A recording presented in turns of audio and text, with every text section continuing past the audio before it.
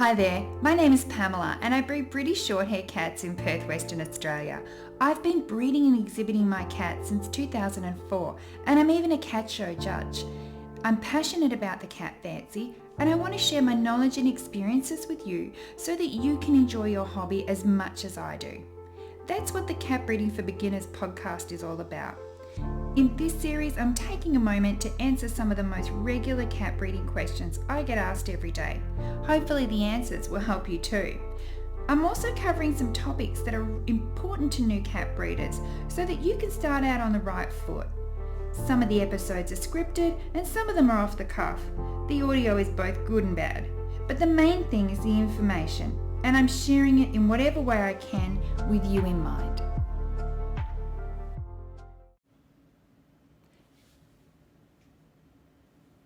Well, that was an interesting vet visit and I'm going to tell you why. But before I do, I want to give you a really good tip for when you take your kittens to the vets to get vaccinated. Now, when you breed, you'll have kittens and they need to go in for their first vaccinations and you'll need to take them in and you need to take them in together. So what I do is I take them in a cat carrier, all in one cat carrier, which is normally fine. But what happens is when you have kittens that are little and they're all the same colour, for example, breeding British Shorthairs, I might have a litter that's all blues.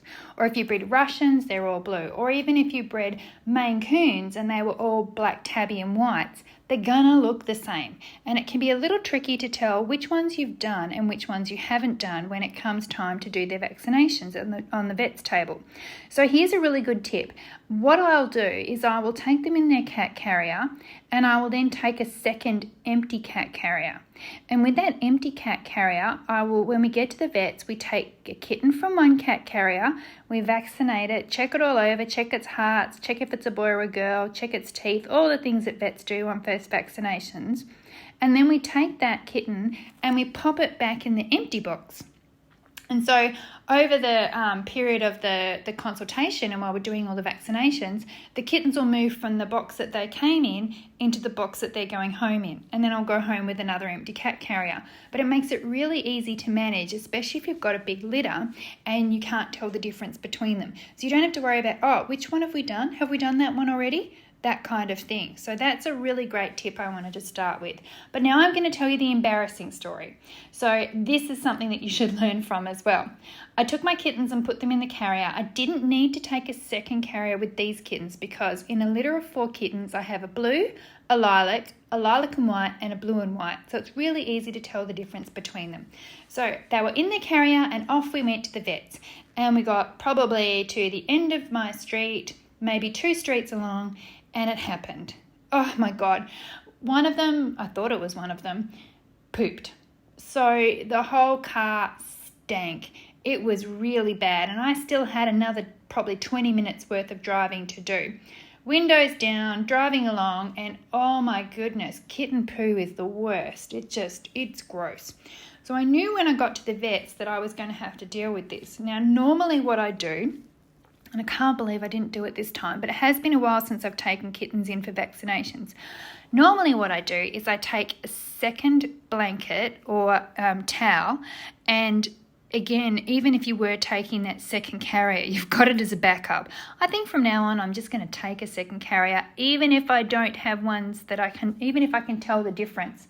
I think the backup carrier is probably a good idea because that poo explosion was just horrendous. And the whole drive there, for the rest of the drive there, I'm just thinking to myself, oh, please, dear God, have you put that under the blanket? Have you tucked it away under the blanket? Because if not, when we get there, you're all going to be covered in it, especially if it's a stress poo. Cats do stress poos when they get in the car and it's always sloppy and gross. So fingers crossed it wasn't going to be like that, but of course it was. So 2 of them had pooped actually in the end, and they'd pooped and the other ones had got it all over themselves. I arrived at the vets with a cat carrier full of poopy kittens and the smell was awful, just awful. So I was there a little bit early, which was great, and I asked the vet nurses if I could I said to them, I've got poopy kittens, and they said, let's take you straight through to the room, which was good because they didn't want me to stink out the waiting room. Now, what would have been good if I had that second carrier, but what also would have been good is if I had a second set of bedding, a blanket or a towel to go in the bottom of the box, and a plastic bag. Take a plastic bag with you.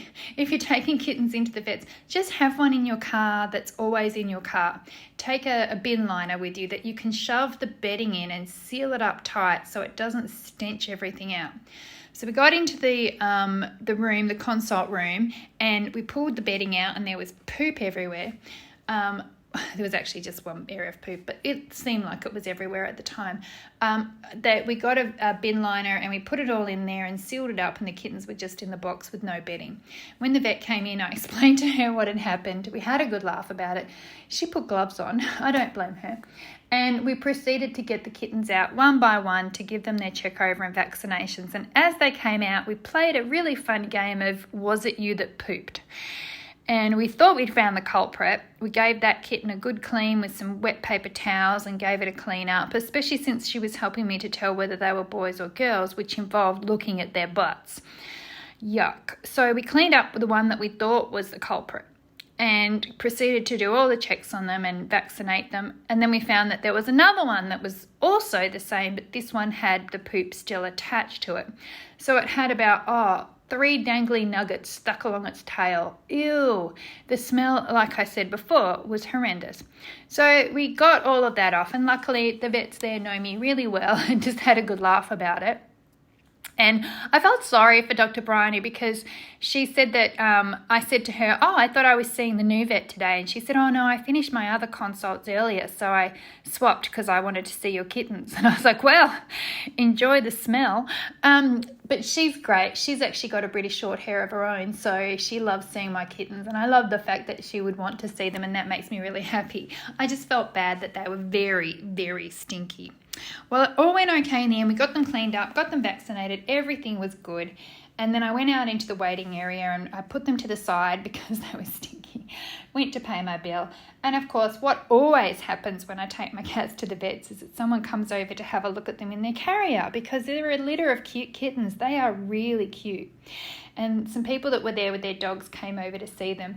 And the lady went to have a look in the carrier. And I sort of called out from where I was paying at the desk, don't get too close. And then I thought, no, she's going to think I'm telling her off for getting close to my kittens. So I had to follow that up with, don't get too close. They smell really badly. So everybody in the room knew that they smelled, but I think they knew anyway because they would have smelt them. They were gross. And then I had to drive all the way back home with that bag, plastic bag with everything sealed in the bag, but they were still really smelly. We've gotten home. I've let them loose in the kitten room. They're running around and they'll get a bit tired later because they've had their vaccinations. And then I'm going to go in there when they've calmed down and everything's happy and give them a good wipe down with a wet cloth. It's all fun. If you breed for long enough, this kind of thing will happen. So my tip is, if you have cats that are all of the same colour, definitely take yourself that second carrier to the vets so that you can vaccinate them and know which ones you've done. And also, it's a great backup in case they poop themselves. So enjoy that. I hope it doesn't happen to you, but if it does, I want you to be prepared.